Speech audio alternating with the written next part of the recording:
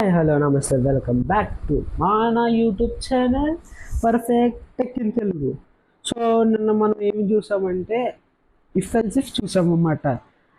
So దానికన్నా ముందు if చూసాము, ఇఫ్ ఎల్స్ చూసాము, ఇఫ్ ఎల్స్ ఇఫ్ చూసాము. సో ఇవాళ వచ్చినప్పటికీ ఈజియెస్ట్ అండ్ ఈజీగా అర్థమయ్యే టాపిక్ ఏమిటంటే నెస్టెడ్ ఇఫ్. అన్న ఇఫ్ ఎల్స్ ఇఫ్ అంటే ఓకే, ఇఫ్ రాసి ఎల్స్లో మళ్ళీ ఇఫ్ రాస్తాము. అది ఇఫ్ ఎల్స్ అంటే ఇఫ్లో కండిషన్ స్టేట్మెంట్ ట్రూ కాకపోతే ఎల్స్ అన్న స్టేట్మెంట్ ప్రింట్ అవుతుంది. అది మరి నెస్టెడ్ ఇఫ్ అంటే ఏంటని నన్ను అడిగారు అనుకోండి, మీకు ఆ పదంలోనే ఈ పేరులోనే ఉంది మీకు నెస్టెడ్ అని. అంటే కంటిన్యూస్ ఇఫ్ లోపల ఎన్నైనా రాసుకోవచ్చు. ఇప్పుడు ఇఫ్ స్టేట్మెంట్ రాశారు, ఓపెన్ చేశారు, మళ్ళీ క్లోజ్ చేశారు. ఇలా కాకుండా ఇప్పుడు క్లోజ్ ఓపెన్ చేసిన తర్వాత మళ్ళీ ఇఫ్, మళ్ళీ ఇఫ్, మళ్ళీ ఇఫ్, అలా ఇన్ని ఇఫ్లైనా రాసుకోవచ్చు అన్నమాట. ఒకే ఇఫ్ స్టేట్మెంట్లో పేరెంట్ కింద ఒకటి తీసుకుంటాం, పేరెంట్ కింద ఒకటి తీసుకుని చైల్డ్స్ కింద మనం లైక్ ఏంటంటే డివైడ్ చేసుకుంటాం. కానీ ఇవన్నీ ఎల్స్ ఎప్పుడైతే రాస్తామో, అంటే ఇప్పుడు ఇక్కడ ఎల్స్ రాసామనుకో, అన్ని ఇఫ్ స్టేట్మెంట్స్ అన్నీ ఇక్కడే క్లోజ్ అయిపోవాలి. ఎందుకంటే ఎల్స్ ముందే ఎల్ స్టేట్మెంట్స్ అన్నీ, అదే ఇఫ్ స్టేట్మెంట్స్ అన్నీ క్లోజ్ అయిపోవాలి. ఓకే, ఇవన్నిటికి కలిపి ఒకే ఎల్స్ రాసుకోవచ్చు మీరు. అంటే ఇదేది సాటిస్ఫై అవ్వకపోతే ఎల్ స్టేట్మెంట్ ప్రింట్ అవుతుంది. ఓకేనా, ఇది నెస్టెడ్ ఇఫ్ అన్నమాట. ఇఫ్ లోపల ఇఫ్ లోపల ఇఫ్ ఎన్ని కావాలి దాన్ని రాసుకోవాలి. ఇప్పుడు మనం సరదాగా టెర్మినల్లోకి వెళ్దాం, సిడి డెస్క్టాప్లోకి వెళ్దాం, and TOUCH touch and next if అని ఇద్దాం .c. గుర్తుపెట్టుకోండి ఫ్రెండ్స్, అసలు ఇప్పటివరకు ఎవరు టెర్మినల్లో ఓఎస్ ఆపరేటింగ్ సిస్టంలో ఎవరు ఎగ్జిక్యూట్ చేయలేదు, ఎవరు దీంట్లో ఎక్స్ప్లెయిన్ చేయలేదు కోడ్. సో ఒకే యూట్యూబర్ నేను ప్రతిదీ దీంట్లోనే ఎగ్జిక్యూట్ చేస్తాను, ప్రోగ్రామింగ్ సంబంధించింది. అదే ఫ్రంట్ ఎండ్ ఇవన్నీ అనుకోండి, ఏది స్టేబుల్ CSS జావా స్క్రిప్ట్, ఇది కూడా దీంట్లో చేయడానికి ట్రై చేస్తా. అవ్వలేదు అంటే అవుతుంది, అవ్వకుండా అక్కడికి వెళ్ళిపోదు. కానీ అది అక్కడికి పోదు, నేను అక్కడికి పోను. సపోజ్ దాంట్లో కానీ కొన్ని ఎగ్జిక్యూట్ అవ్వకపోతే నేనేం చేస్తాను, నార్మల్ విండోస్ ఆపరేటింగ్ సిస్టంలోకి వెళ్ళిపోయి దాంట్లో చేస్తాను. ఓకేనా, ఇప్పుడు మనం కోడ్ రాద్దాం. యాష్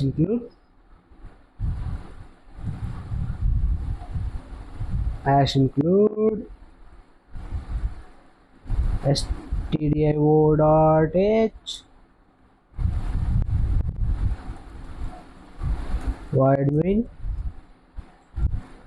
మీకు అన్ని if else into A value 20 అని ఇచ్చా. సింపుల్గా స్టేట్మెంట్స్, మరి కాంప్లికేటెడ్గా వెళ్ళిపోవట్లే, బేసిక్ తెలియాలి కాబట్టి. ఇఫ్ రాసా, ఇఫ్ ఏ గ్రేటర్ దాన్ 30 అయితే print if A value is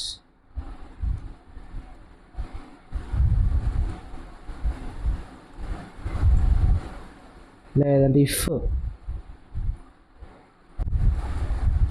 a equal to 10 అయితే,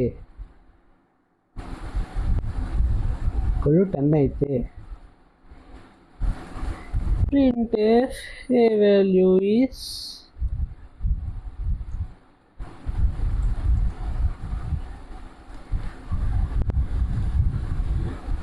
ఏ ప్రింట్ చేయమన్నా. ఇప్పుడు F A not equal to 10 అయితే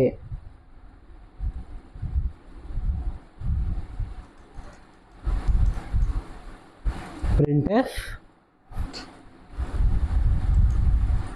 ఏ వాల్యూస్ ఎంత అని ప్రింట్ చేయమంటున్నాను నేను, జస్ట్ ప్రింట్ చేయమంటున్నాను.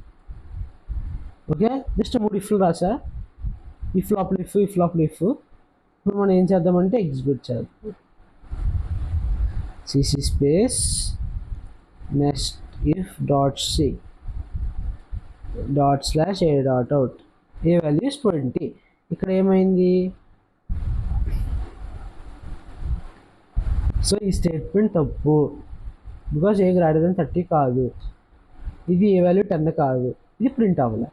నెక్స్ట్ ఎక్కడికి వెళ్ళింది, if A not equal to 10 అయితే ఇది ప్రింట్ చేయకుండా, అంటే ఏ వాల్యూ ఎంత అయింది 20 అని ప్రింట్ చేసింది. సో అంతే ఇది. ఓకే, ఏ వాల్యూస్ 20 అని ప్రింట్ చేసి జస్ట్ అంతే. ఓకే, మీకు అర్థమైంది అనుకుంటున్నాను. ఇక్కడ వరకు మీకు అర్థమయ్యి ఉంటే ప్లీజ్ లైక్, షేర్, సబ్స్క్రైబ్ అని చెప్పను, షేర్ అయితే చెప్తాలే. కొంచెం ఫ్రెండ్స్ అందరికీ షేర్ చేయండి.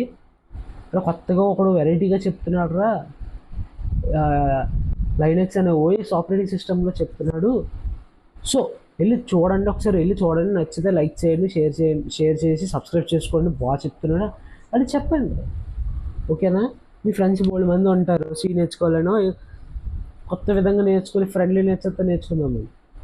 సో నిన్న మొన్న వీడియోస్ ఏంటంటే ఇఫ్ ఎల్స్ ఫాస్ట్గా అయిపోయింది అన్నమాట, అంత ఇంట్రాక్షన్ అవ్వలేదు. ఓకేనా?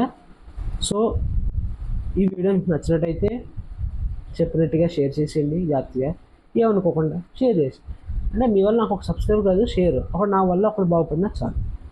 ఓకేనా? ఈ వీడియో అంతే guys, take care, bye bye, see you in the next video.